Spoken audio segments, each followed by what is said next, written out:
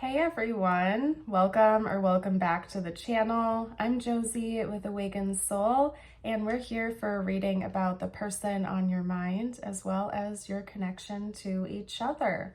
Today's reading is going to focus in on what is coming next with this person, and I'm not going to set any particular timelines for this. Basically, the next change of significance, I guess we could call it. So let's get started with the tarot and then kind of free flow the rest of the reading after that. I'll pull cards based on what I feel intuitively drawn to. Okay, so let's see what's coming next in this connection. Okay, lots of options, lots of choices, lots of opportunities. Okay, let's get a few more cards out. Okay, we also have the Six of Swords. This is going to be a very specific message. You and this person might be traveling or planning a trip somewhere. You just don't know where, okay? So especially if you've been getting this this itch to take a vacation or go explore a new place or something like that, I think that in this next chapter, you and your person are going to be planning that together, okay? Maybe planning some kind of adventure, some sort of trip. They also just said 7 countries. So for some of you out there, you may even be planning on visiting several different countries or states or locations. Like you might be planning a road trip with this person or a very, very extended vacation where you're going to multiple locations. Or it could just be that you don't really care where you go. You just want to go somewhere and you're going to start brainstorming a trip with them. So very exciting, very specific. We also have the Knight of Swords coming out. And I did just hear relocation as well. So it could even be like moving, not necessarily traveling for vacation, but maybe relocating. You and this person might be deciding on a place you can move together. Okay, that was the Knight of Swords, by the way. I think I said that, didn't I? Okay, this person, I want to get a clarifier for that real quick. Basically, the Knight of Swords is the two of you making an urgent decision. You might feel pressured to have to do this. There might be like a time crunch or something, okay? So you're going to be talking about it probably sooner rather than later. I know I said I'm not putting any particular like timeline on when this is going to happen for most of you watching, though, sooner rather than later, because the Knight of Swords is a quick moving energy. Okay. Oh my goodness. I'm sorry, you guys. I have such a stuffy nose. I know some of you in the comments always tell me don't apologize, but I have to anyway, because I know that if I was watching a reading and somebody was constantly clearing their nose, I would be like, well, I wouldn't be put off by it, but I would be like, what's going on? I don't know. Anyway, I'm sick.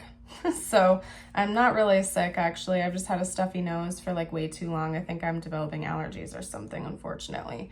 Anyway, I think this person, I'm not going to lie to you, someone in this connection is feeling a little bit unworthy of it, okay? Almost like they're not good enough. And so they almost like feel like they need to come in and, how can I put this?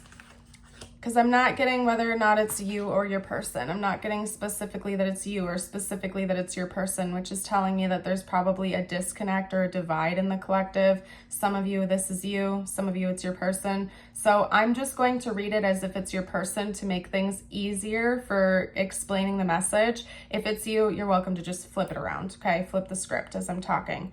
So let's say it's your person. They feel unworthy of this connection. They feel like maybe you're a little bit too good to be true, or you're this like fun, loving, exciting person that brings so much to the table. You're amazing, you're fun. They might feel like they have to match that energy, or they have to come in and bring more spontaneity, more excitement, more adventure in order to like be good enough for the connection, okay? So there are undertones of someone in this connection feeling like maybe they have to plan this trip or plan this adventure, whatever it is, in order to keep the other. So just be aware of that. I'm taking like a neutral stance in this reading. I'm not saying, you know, what's right, what's wrong here. I hope that, you know, if it's your person not feeling worthy, that, you know, they work through those, of course. I hope they work through that issue, but there's definitely some of that here and present in the connection, where someone's not feeling good enough, so maybe they feel like they have to come in and do this in order to show up more and keep the other one around. So just be aware of that. Let's see what else. Any other messages we need to get out here today? I'm going to leave this general just for whatever the universe wants to show me. We have the Four of Wands. We have the Chariot. Okay, they came out together. There we go. We have the Four of Wands and we have the Chariot. This is more notes of travel, by the way. And for some of you, it could even be like eloping or something as extreme as that. Or you're going out to celebrate like a honeymoon or an anniversary. The Four of Wands is a card of unions. It can sometimes indicate marriage, celebrations, parties, gatherings, get-togethers. And then, of course, with the Chariot, we have forward movement, sometimes travel. So I feel like they're wanting me to just drive that point home more. There's definitely some sort of travel or significant trip on the horizon. It could either be like symbolizing the two of you being in union, straight up eloping, running away, getting married. It could just be like some kind of fun festivity to celebrate the two of you, basically. But I see that coming, and they really wanted me to drive that point home with you today. So if this reading found you, I would say more than likely that's coming in sooner rather than later. The Chariot is also a very quick moving energy. Whew.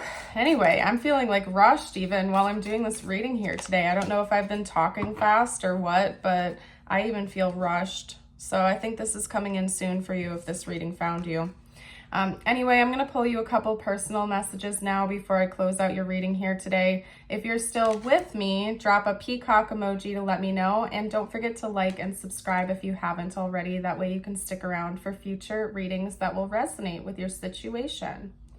Your first personal message is the peacock with self-love.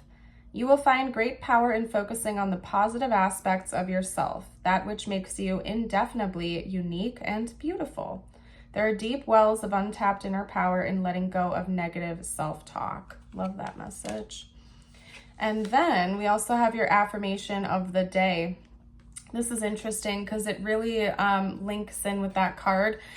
For some of you out there, I think you could really benefit, actually scratch that, everybody out there, you could probably benefit from doing a self-love exercise, or every day just doing something to show yourself self-love, compassion, and kindness. Because with this card, we literally have the energy of self-love and encouragement to stop the negative self-talk. And then over here, it's like going to be pretty much the same message in affirmation form. So you can do that by listing off a few things you love about yourself.